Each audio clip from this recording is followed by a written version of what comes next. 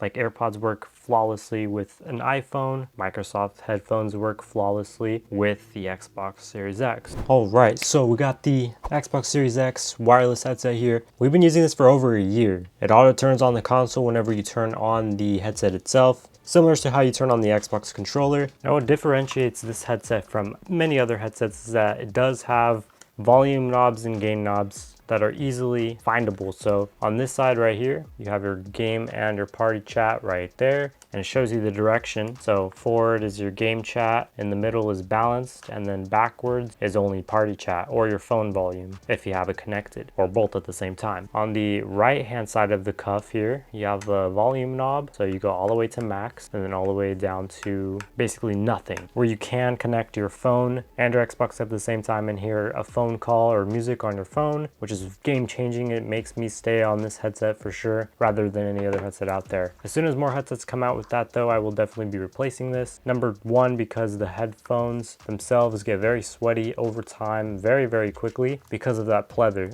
Adjustable headband is fair, it's really good, very stretchable. So very good on that. It is good for glasses wearers over a few hours. It does get very uncomfortable over time if you do wear glasses though. So I don't tend to use glasses all the time when I'm gaming, but after about, I'd say 2 hours to 3 hours, it'll start to hurt a lot, to the point where I just don't wear my glasses. And if you absolutely have to wear glasses, then basically you can't game long periods of time with this. The bass is better on this than the Kyro Pro or anything else like that. Battery life, I want to also talk about battery life. Battery life on this feels like it's decreased a lot, so it's like degrading very quickly, or I'm just not paying attention on it. It just feels like it lasts a very minimal amount of time. Like I probably charge it every session, I feel like, which is very bad. It does auto shut off. I have no disconnection issues. Really good on connection now. It used to have a little finicky a few months ago, but after a few updates, they do cycle through a few updates to better optimize it for a better experience and stuff like that. So really good on that. On Xbox Behind, they have removable cuffs, but I'm not going to remove them just because of that. I might find a third-party replacement cuff, because sometimes they do have better ones with like mesh material and stuff like that you could find, and I might actually try that, because then I could just mod this a little bit and make it better to my fitting, because this is a $100 headset, fairly cheap but not too expensive, you know? It's right in that sweet spot, so you're not going to be spending an arm and a leg just to have a gaming headset. There's no fancy features like RGB, ANC, or long battery life, or a very good build quality, but there is basically the basics, the good stuff. It's kind of like AirPods for the own brand, you know? Like AirPods work flawlessly with an iPhone. Microsoft headphones work flawlessly with the Xbox Series X. So it's just gonna be better than every other headset out there in terms of connection and everything else like that. I believe it does use a lower model of Bluetooth, like Bluetooth 4 or Bluetooth 4.2. It's not Bluetooth 5 or 5.1 or 5.2, so don't expect fast connections. It does connect fairly quick, I believe. On boot up, we'll go ahead and show you.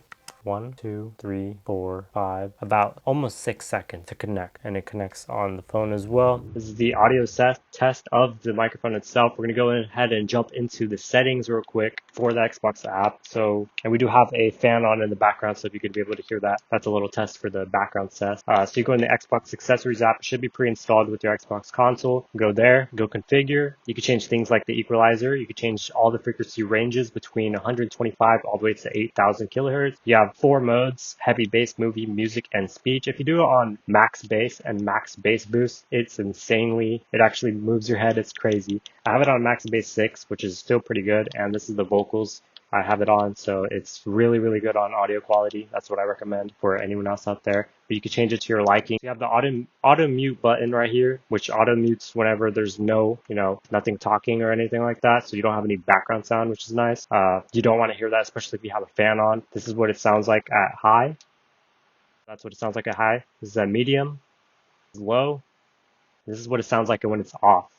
So if it were to be that, I like to keep it on medium so it's not a very harsh mute and unmute. So like that. You can change the mic light on here. So you could do on low, and on high, so you can change the brightness of that, which is pretty cool for, you know, battery saving and everything else like that. Even though it is LED, it still could consume a little bit more. You have mic monitoring, which you can actually hear your voice and surroundings a lot better. It doesn't sound like a robot.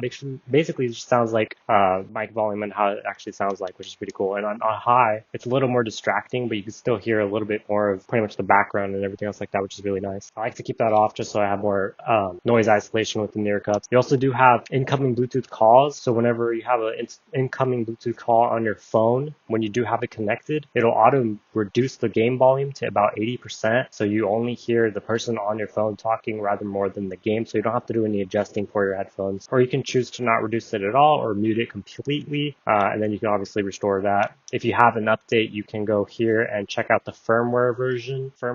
As you can see on the top left, it is 0.0.9.48 right now. This is the battery indicator in the middle as well with the headphones. No updates available and assigned to a specific profile. So it gives you all the information you need. Also within your phone, you can see a little bit more information such as volume and more precise battery indicators, which is really nice on the iPhone side of it. So that's for the Xbox Accessories app, pretty much similar to if you were to configure a controller. You can check if there's a controller update and stuff like that. You can sign it, configure stuff. Hopefully I'll see an update on these headphones. I want to see probably some RGB or maybe some metal in it, maybe more lightweight, maybe some sport mesh in here as well with gel coating. Not going to please you for $100 price tag. I would much rather purchase a Razer Kyra Pro for $100 or Steel Series headphones or something like that. You know, something a little bit more pleasing, I guess, because after all, you're going to be using this for long hours of session. I have used it and I still use it. I haven't returned it. I haven't switched headphones. I haven't bought another headphone. People can hear you fine. The sound quality is good. So comfort and battery life, once they fix those and probably get a little bit better of a design, then